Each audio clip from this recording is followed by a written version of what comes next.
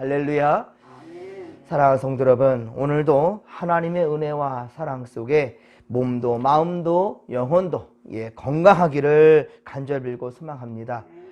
오늘 주시는 말씀은 잠언 24장 13에서 22절까지의 말씀으로 의인은 결코 망하지 않는다. 의인은 결코 망하지 않는다라는 제목으로 주의 말씀 증거합니다.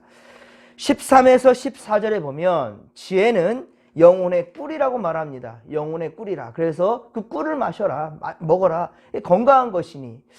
꿀은 항암작용을 한다 하지요. 그리고 많은 몸을 건강하게 하는데 참 좋은 음식입니다.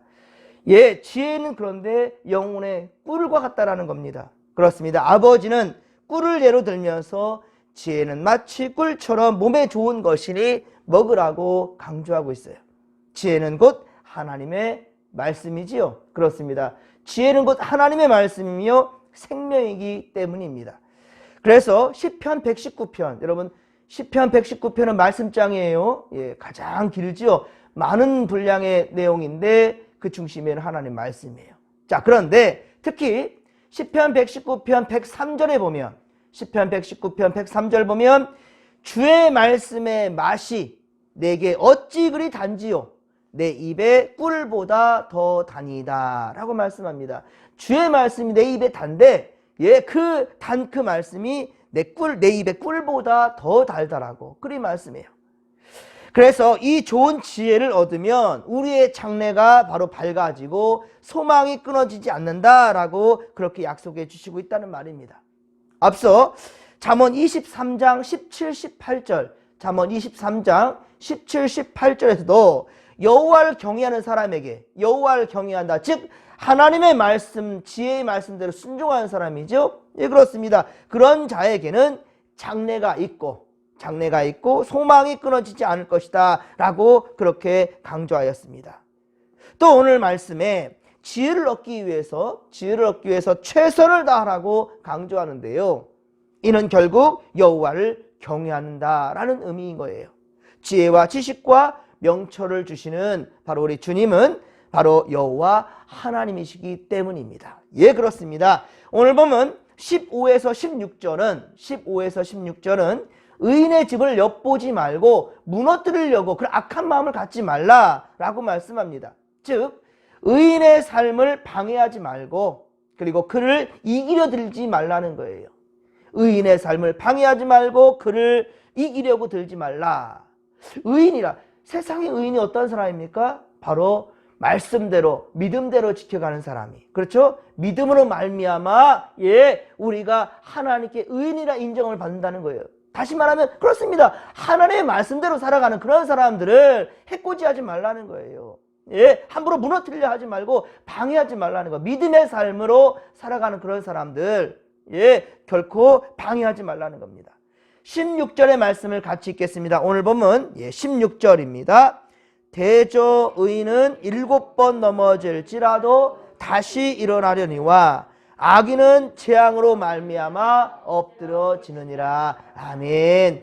그렇습니다. 악인은요 결국 망하고 만다는 거예요. 하나님이 인정하지 않으니, 당연히 그렇죠, 하나님이 인정하지 않으니 망하고 마는 거예요. 의인은 비록 많이 넘어질지라도, 그러나 의인은 비록 많이 넘어진다 할지라도 다시 일어설 수 있다는 겁니다. 지금은 우리가 대림절을 보내고 있지요. 우리 대림절을 보내고 있는데요, 십자가 대속을 위해 오신 바로 예수님이시기에 우리는 또한 사순절의 때를 우리는 또 함께 기억하면서, 그래서 대림절의 색깔이 사순절의 보라색과 같다라고 말씀을 드렸습니다.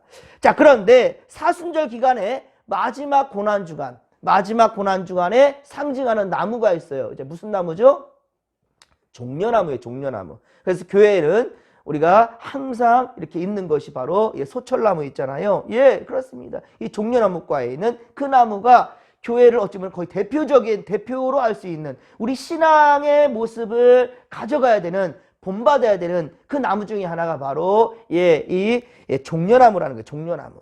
그래서 예수님께서 예루살렘 성전에 입성하실 때 이것을 기념하기 위해서 예, 바로 사람들이 흔들었던 것, 예수를 맞이하며 흔들었던 나무가 바로 종려나무 가지였습니다. 예, 그렇습니다. 이 고난이 시작되는 주일에 그래서 우리가 종려주일이다. 예, 사순절의 마지막 고난주간, 그 고난주간을 바로 우리가 종려주일, 그 시작하는 주일을 종려주일이라고 이렇게 우리가 명명하고 있습니다. 사람들은 예루살렘으로 입성하는 예수님을 향해서 종려나무를 흔들었는데 이 종려나무를 의미하는 것이 바로 불사조예요. 죽지 않는 새, 그죠? 불사조, 피닉스 원어로 하면.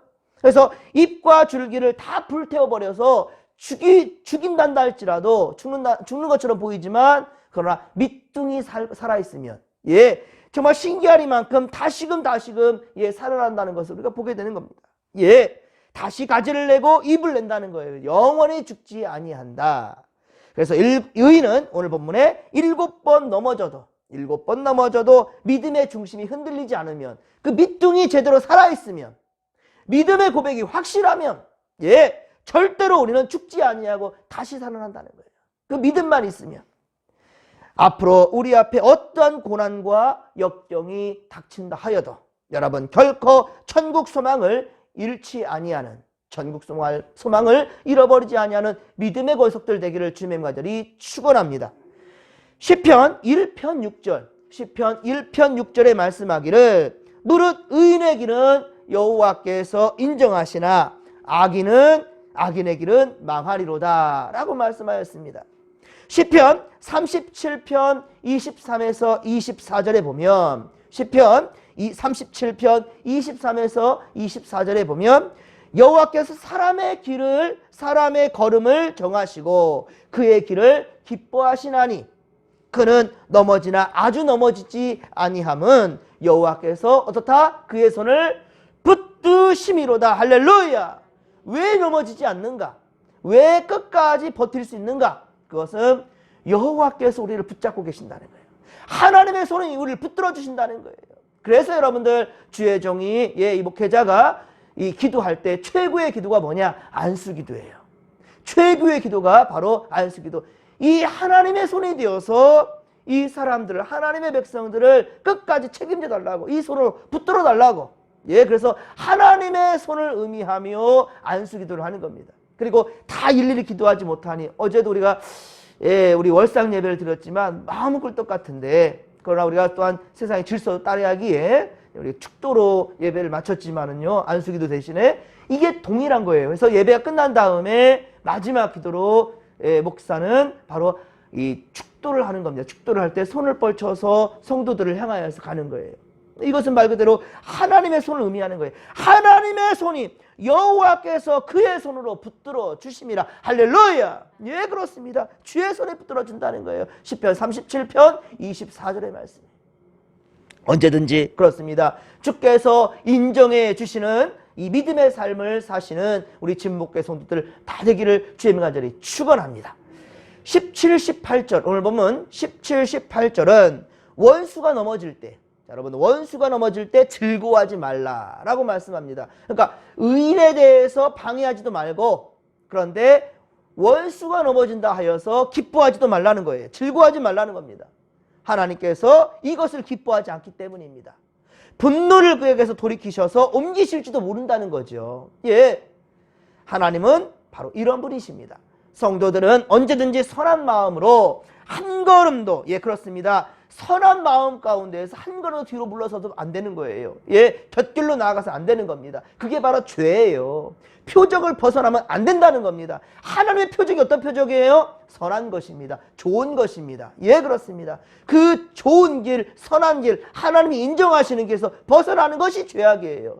관역을 벗어난 그 화살이 바로 죄입니다, 여러분들. 예, 하마르티아, 하나님이 싫어하는 것.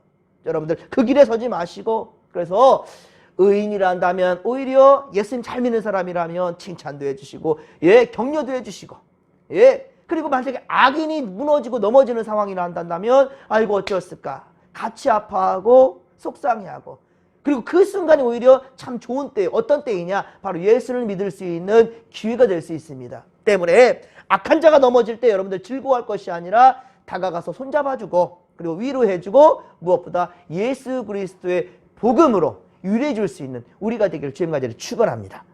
예수님은 마태복음 5장 44절, 마태복음 5장 44절 산상수훈 가운데 말씀이죠. 마태복음 5장 44절에 말씀하기를 나는 너희에게 이르노니 너희 원수를 사랑하며 너희를 박해하는 자를 위하여 기도하라. 우리를 박해하고 힘들게 하는 그 사람을 위해서 불평할 것이 아니라 어떻게 하라고요? 기도하라 라고 말씀하고 있다는 말입니다. 예, 그렇습니다. 이것이 마태복음 5장 48절에 이어지는 하늘에 계신 아버지의 온전함이시며 하늘에 계신 아버지의 온전함이며 우리도 온전해야 될 이유가 된다라고 말씀하고 있다는 겁니다. 마태복음 5장 48절에 우리가 온전하게 될 그 이유가 바로 여기 있다라는 거예요. 언제든지 선한 마음을 가지시기를. 19에서 20절은 오늘 보면 19에서 20절은 잠언 23장 17절, 잠언 23장 17절과 잠언 24장 1절의 말씀과 마찬가지로 악인의 형통을 부러워하지 말라는 거예요. 악인의 형통을 부러워하지 말라고 재차 그렇게 강조하고 있습니다. 그 이유인즉슨 왜 악인의 형통을 부러워하지 말 것인가? 그 이유인즉슨 악인들에게는 뭐가 없어요? 장래가 없기 때문입니다. 악인들에게는 장래가 없다는 거예요. 지금 우선 당장은 잘 먹고 잘 살지 모르겠어요. 하지만 장래가 없어요. 즉 다시 말하면 뭐예요? 하나님 나라에 이르지 못한다는 것이죠. 우리의 삶의 궁극적인 것은 하나님 나라에 이르는 거예요. 이 땅에서 천년만년 못 산다니까요. 늘 말하잖아요. 제가 이 잠언을 지금 강의하면서 아브라함 죽고 없다니까요. 예, 믿음의 왕 다윗도 이 시간 없어 지금 이 땅에 다 죽고 없어졌습니다. 베드로, 바울, 야고보 다 없어요. 때가 되면 다 죽습니다. 하지만 이 세상 사람들 말하는 죽음의 끝이 아니라 그것은 뭐예요? 잠든 거예요. 하나님 앞에 잠들었고 주님 안에 잠들어서 주님 오실 때 다시금 깨우게 되면 주님 나라 가는 겁니다. 그런데 바로 이 악인들의 형통을 우리가 부러워하지 말아야 될 것은 뭐냐면 저들은 결국은 하나님 나라 가지를 못하는 거예요. 장래가 없어요. 장래가 없는 겁니다. 반면에 잠언 23장 18절, 잠언 23장 18절과 잠언 24장 14절에 증거하고 있듯이 여호와를 경외하는 사람, 지혜를 얻는 사람, 여호와를 경외하는 것이 바로 지혜와 그리고 지식이 근본이라고 그랬죠. 예, 그렇습니다. 이러한 지혜를 얻는 사람은 바로 장래가 있다라는 겁니다. 그리고 뭐가 끊어지지 않아요? 소망이 끊어지지 않습니다. 그래서 여러분들 마지막까지 천국 소망을 결코 잃어버리지 않기를 주님과 저를 축원합니다. 천국 소망을 잃어버리지 아니하고 장래가 있기 위해서는 어때요? 예수를 잘 믿어야 되죠. 예수를 잘 믿으십시오.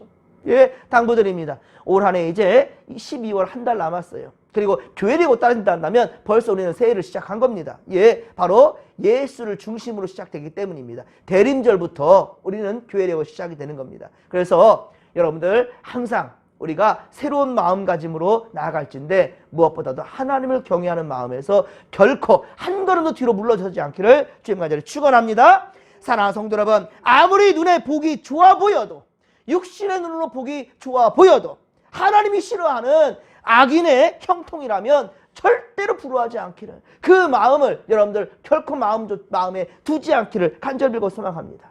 예, 잠언 24장 12절, 잠언 24장 12절 하반절의 말씀처럼 바로 그것이 악한 행동으로 비롯된 형통이라면 반드시 하나님께서 그 행위대로 보응해 주시기 때문이에요. 악인들의 형통은 우리가 부러워하지 말할 것은 뭐냐면요, 그걸 얻기 위한 수고, 그걸 얻기 위한 마음가짐 자체가 하나님 마음에 합하지 않아요.